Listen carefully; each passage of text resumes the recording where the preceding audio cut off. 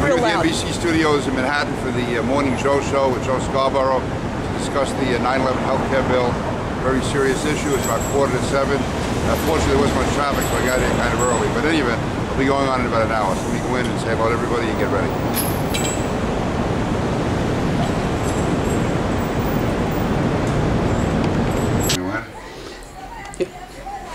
I'm here in the green room. Just got makeup put on, whole thing for the show, and getting ready to go on. And usually the guests come in and out. And since I'm here early, I have about an hour to kill. So see you guys in an hour. So I walk on the set to talk with Joe and Mika and see where this goes. It's a very, very serious issue. So usually when I'm with Scarborough, we do some bantering back and forth, but not today. Today is for real. Thanks.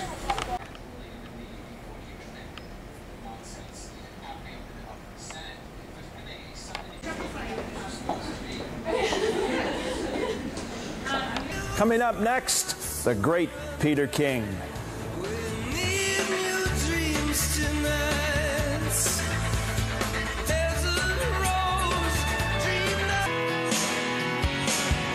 What perhaps was most troubling and what set me off was the idea that when given an opportunity to stand up and fight to try to get this thing passed, even the Republican-sponsored bill, Peter King chose politics over trying to get it done. He didn't once turn to his colleagues and say, please, guys, put politics aside and vote for this thing. Didn't once do that. Instead, launched a tirade against Democrats about the process and about how cowardly we were for bringing this up to a vote.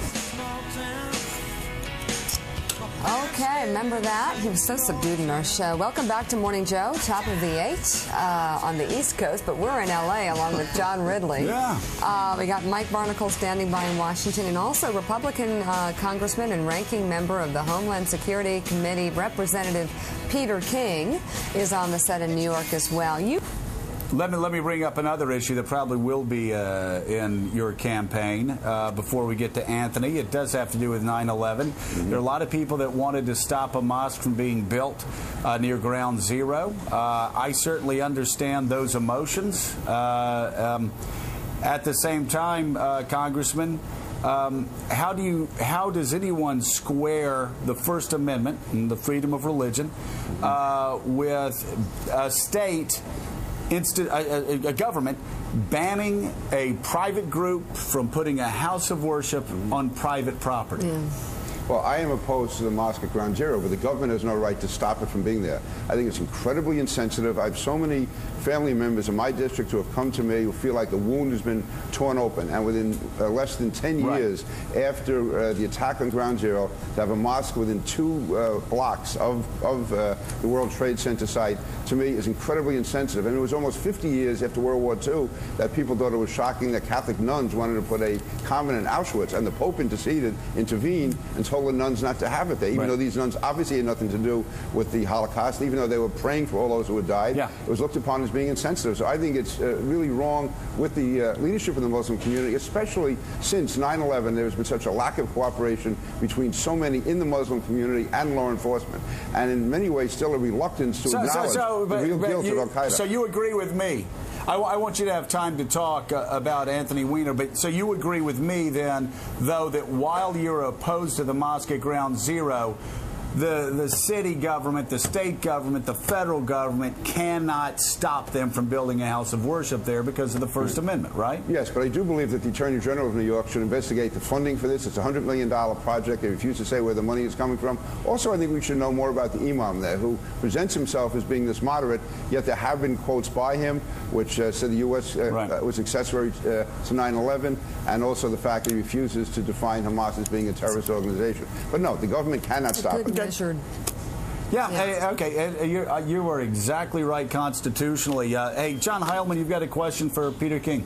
Well, I think we might want to get into Anthony Weiner at this point. I do. Let's do it right now. Let's jump in. Here we go. As Joe said before, Congressman Weiner, we were sitting here with him just the other day, made a pretty serious charge. I know you want to rebut that, so let's get into it.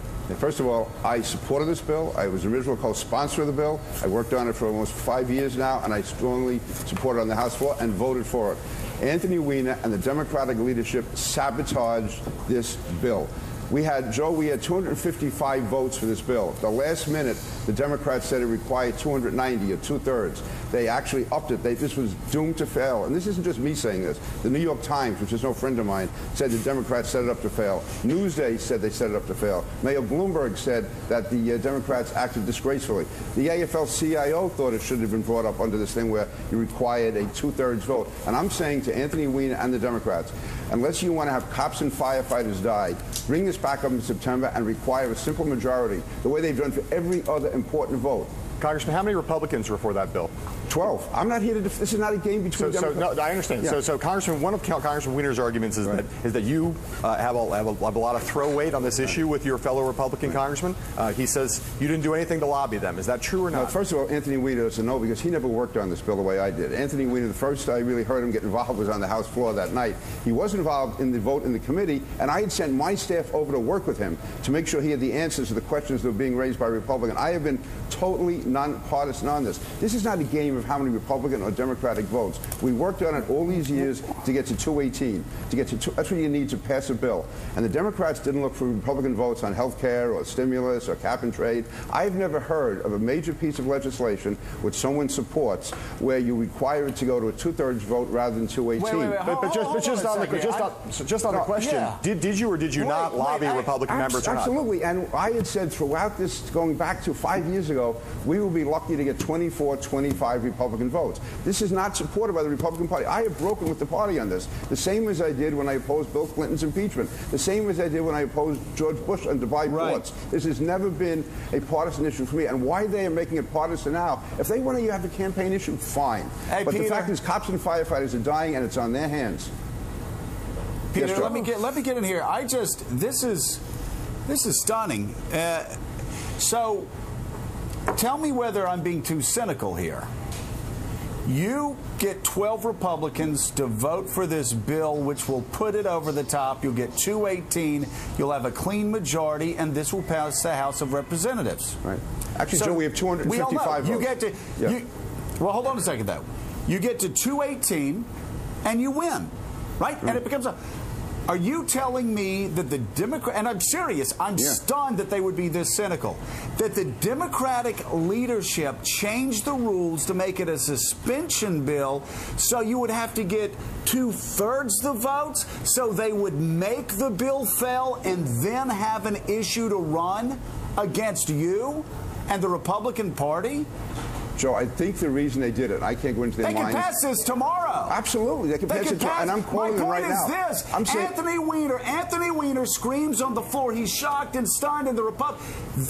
Nancy Pelosi could pass. If what you're saying is true, it is true. Nancy Pelosi could pass this bill today by bringing it up under regular order. This sounds like one of the sleaziest, most cynical operations, if true, to kill a bill that is going to help firefighters by simply changing the rules, by raising the bar so people can attack you and the Republican Party. Well, Joe, it is true because we got 255 votes. And just imagine yourself, if you were working with Democrats on the bill when you were in Congress and you had gotten to 255. Now, Joe, I can tell you why I think they're doing it.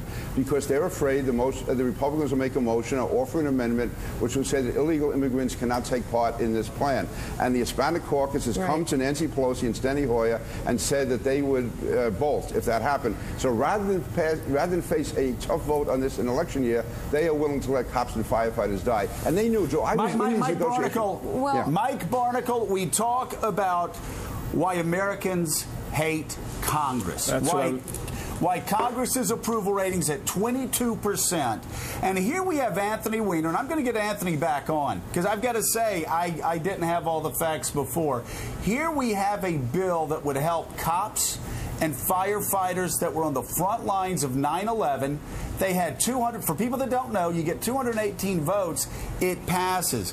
Now we find out that they had 255 votes to pass this bill, and Nancy Pelosi and I guess Anthony Weiner and everybody decided we're going to up it to make sure it fails so we don't show weaknesses in our own But because there was party. an amendment to the bill that they didn't agree with. No, but the thing is, you go ahead and put it up and vote. But see, what they wanted to do is they wanted to kill the bill so it wasn't the Hispanic caucus that voted against the bill in the Democratic Party and killed it. Mike, this is why Americans hate Congress. They've got enough votes to help cops and firefighters from 9/11, and yet they changed the rules to make sure the bill fails. And Joe, that gets to the core question, one that I have for you, Congressman. You're talking about 5 years working on the bill. That's why unbelievable. 5 years for a bill like this? It seems to be an automatic. It would be an automatic to anyone out on the sidewalk. Why 5 years? Mike, I agree with you. First, let me also say Carolyn Maloney and Jerry Nadler, who worked on the bill with me, were 100% honest throughout this. I'm exempting them for anything I say.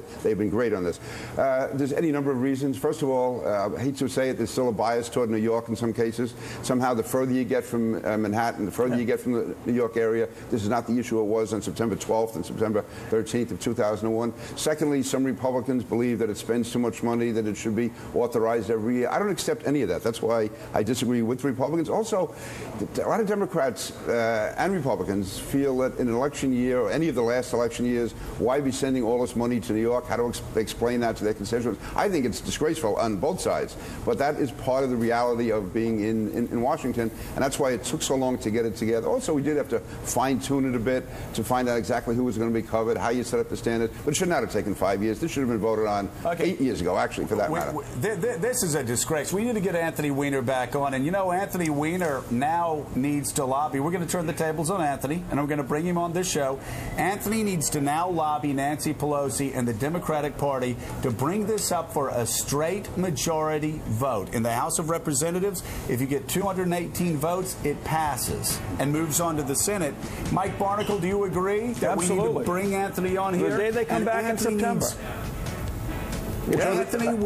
Question. Yeah, when they come back. Ask Anthony Weiner one question. Are you going to bring this up for a majority? I thought his conduct was disgraceful and shameful. This isn't about Anthony Weiner. It's about cops and firefighters who are dying every day. Today on Long Island, a firefighter was dying from the wounds from the lung disease that he suffered on 9/11. I'll tell you what's wrong with what Anthony Weiner did.